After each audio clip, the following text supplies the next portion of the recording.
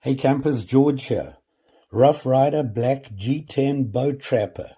Look at this guy. It's a thing of beauty. 440 high carbon steel clip point. See that? With grey titanium nitrate coated finish.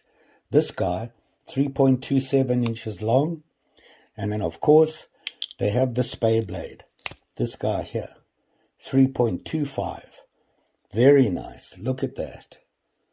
Handles are black G10 with brass liners. Very well made. Comes together nicely. Brushed nickel silver pins. Pinched nickel silver bolsters. A lanyard hole with a lanyard. A beaded one. Closed 4.2 inches long. Open 7 inches. And weighs about 4 ounces. Very nice. Check him out.